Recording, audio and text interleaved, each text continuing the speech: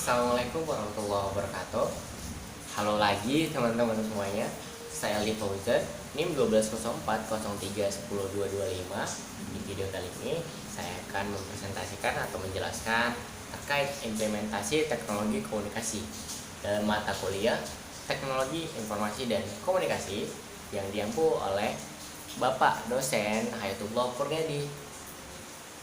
Yang pertama, apa sebenarnya implementasi itu?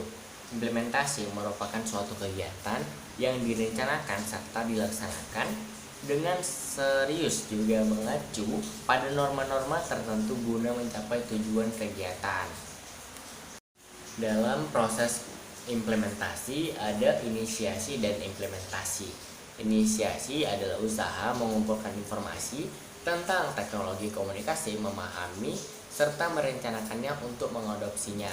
Lalu setelah berinisiasi lanjut mengimplementasi.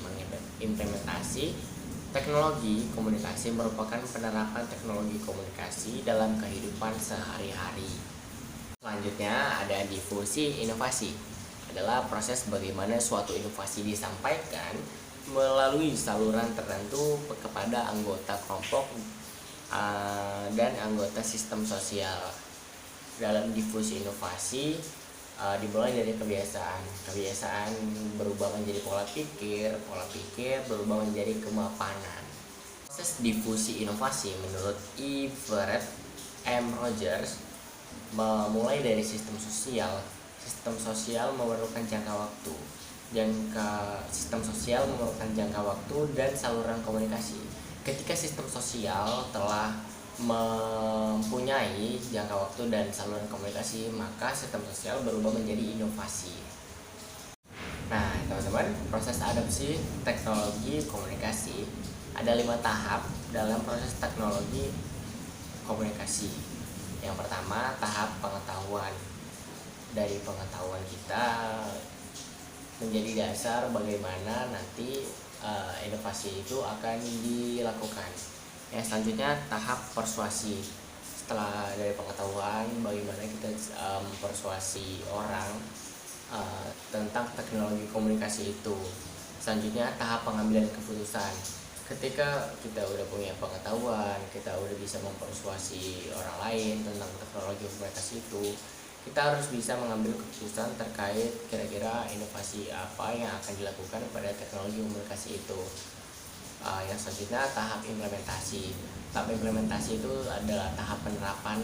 Setelah kita udah punya pengetahuan, kita udah bisa mempersuasi orang lain tentang teknologi komunikasi itu, udah bisa mengambil keputusan terkait apa yang akan diimplementasikan, maka selanjutnya adalah mengimplementasikan atau menerapkan teknologi komunikasi itu pada masyarakat mungkin, atau pada orang lain mungkin, atau pada kelompok lain mungkin.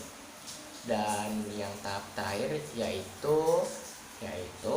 tahap konfirmasi. Setelah inovasinya udah bisa diimplementasikan pada masyarakat atau kepada orang lain atau kepada kelompok lain, yaitu gimana kita harus bisa mengkonfirmasi apakah inovasi itu bisa bermanfaat buat masyarakat tersebut atau buat kelompok tersebut. Oke, yang selanjutnya ada kategori adopter. Adopter itu adalah kelompok-kelompok yang mengadopsi atau menerima inovasi-inovasi teknologi komunikasi. Dalam proses penerimaan adopsi, dikelompokkan menjadi 5 kategori adopter dalam tingkatan kecepatan dalam menerima inovasi.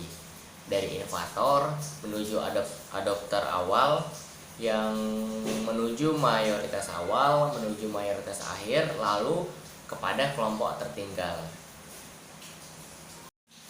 Yang selanjutnya, implementasi teknologi komunikasi bagi organisasi. Yang pertama, manajemen sistem. Manajemen sistem adalah proses implementasi teknologi sebagai upaya untuk mengoptimalkan hasil sistem organisasi. Yang selanjutnya ada pengembangan organisasi. Artinya, implementasi teknologi komunikasi merupakan usaha untuk memenuhi keinginan individu dan komunitas serta muncul karena dorongan untuk meningkatkan partisipasi. Nah, yang selanjutnya ada proses birokrasi. Dalam proses ini, teknologi komunikasi merupakan satu upaya untuk mengubah kebijakan sebuah lembaga berdasarkan persepsi manajemen puncak. Dan yang terakhir, konflik tawar-menawar. Implementasi teknologi komunikasi merupakan proses hasil tawar-menawar yang pada akhirnya menghasilkan jalan keluar kompromistis pada organisasi itu. Oke, di slide terakhir ada faktor penentu implementasi teknologi. Yang pertama, sistem sosial. Gimana inovasi teknologi komunikasi itu dibutuhkan berdasarkan sistem sosial, karena inovasi itu ada karena kebutuhan yang ada pada masyarakat itu sendiri. Yang kedua, ada tingkat kebutuhan masyarakat akan inovasi. Nah, itu tadi sistem sosial menghasilkan tingkat kebutuhan masyarakat, apa yang dibutuhkan masyarakat, inovasi apa yang dibutuhkan masyarakat dalam mendukung kehidupan sehari-hari dalam teknologi komunikasi. Dan yang ketiga, ada tekanan pihak lain. Yang keempat, ada kesadaran individu. Yang kelima, ada kepentingan kekuasaan. Jadi itu faktor penentu dari implementasi teknologi. Oke, mungkin itu aja yang bisa saya sampaikan. Terima kasih atas perhatiannya. Wassalamualaikum warahmatullahi wabarakatuh.